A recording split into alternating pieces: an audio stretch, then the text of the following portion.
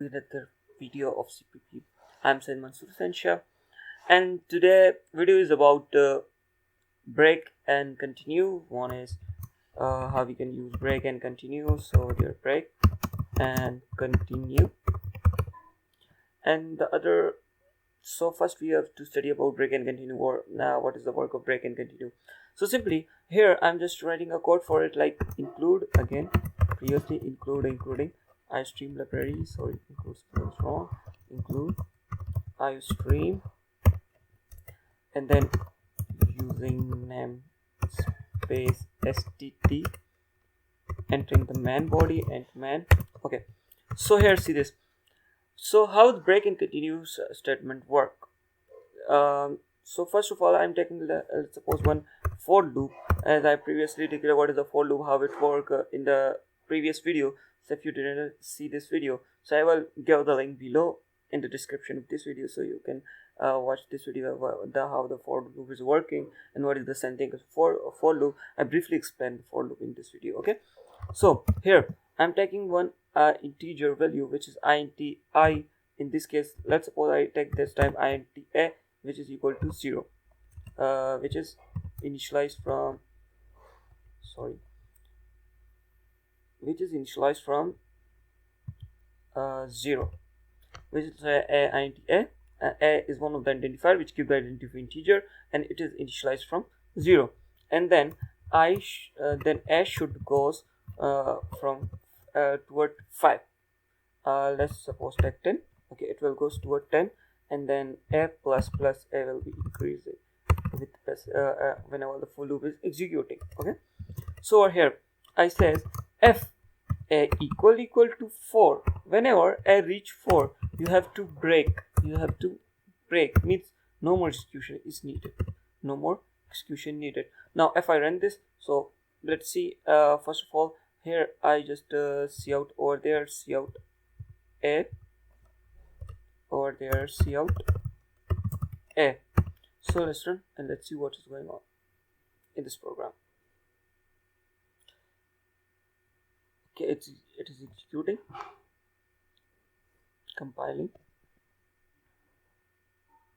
So see this, it goes 0 1 2 3, and whenever it reach 4, the loop is terminated. It break the loop. Let's suppose if I show you, if I put over there endl, so it will start from the new line. The execution will be from the new line. So if I run it again, so let's check it out. Now see this 0 1 2 3, and if I change the value if a equal to 6, so then it will be 0 toward 5. 0 to 5, it will show the predicate f0. Whenever it reaches 6, the loop will be breaked.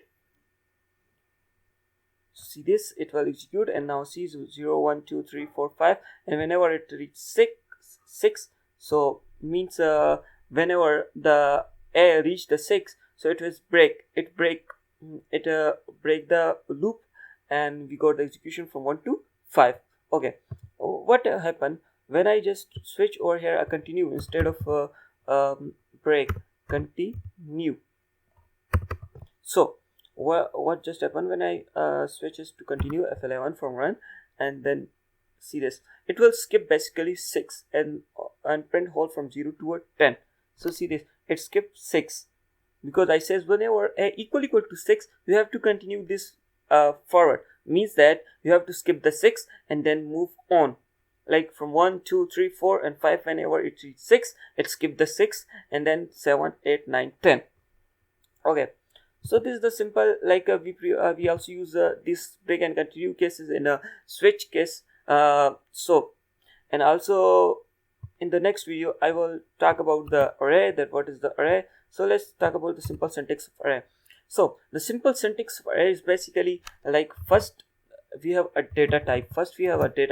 Then a variable name, whatever we have a name, we have a given a name. So here variable name, then it's means how much parameter we want to give in array. Its parameter,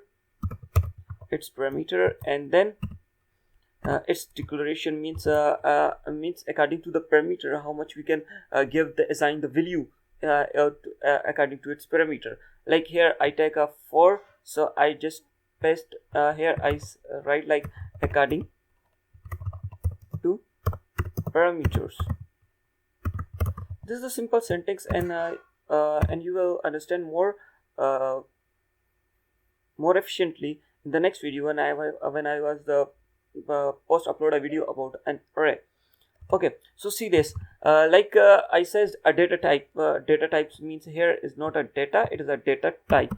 It is a data type. So let's suppose here I take a data type int, integer, one data type integer, and a variable name is like my array, and parameter I just give over here 4 parameters.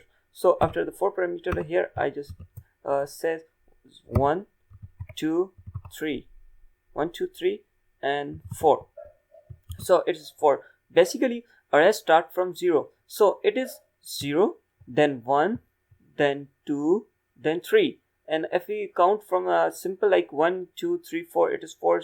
Okay, it's 4, but array started from 0. In the next video when I will discuss about it, so you can understand more properly that what is array. So this video is simply about break and continue, that how the break and continue work.